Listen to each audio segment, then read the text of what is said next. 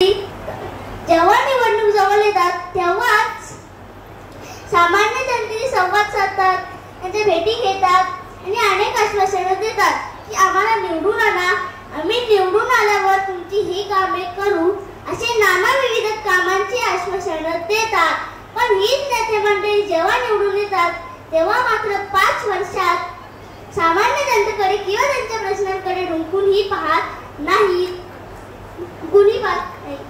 पण यावेळेस अशी परिस्थिती आपल्याकडे कित्येक वर्ष चालू आहे.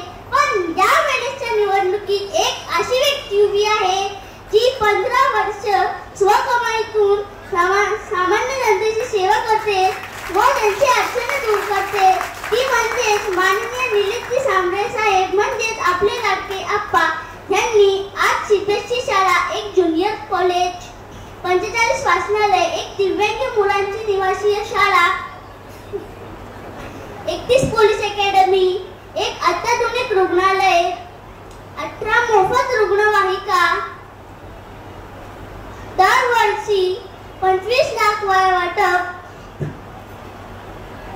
महिला सक्षमीकरण अशी अनेक कामं सामान्य जनतेसाठी आप्पांनी केली आहेत.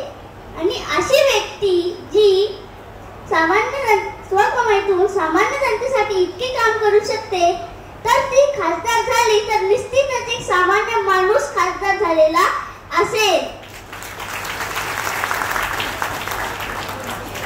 आतापर्यंत कित्येक नेते मंडळी ज्यांच्याकडे कोट्यवधी रुपये आहेत, पण कुठल्याच नेत्याची मोफत रुग्णालय नाही किंवा मोफत शाळा नाही.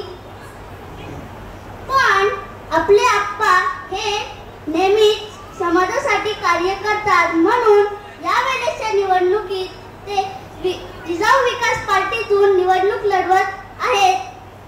म्हणून मी आप्पांचा एक छोटा समर्थक म्हणून सगळ्यांना विनंती करतो की या वेळेसच्या निवडणुकीत अशा व्यक्तीला मतदान करा जी खरंच तुमचे प्रश्न सोडवू शकेल.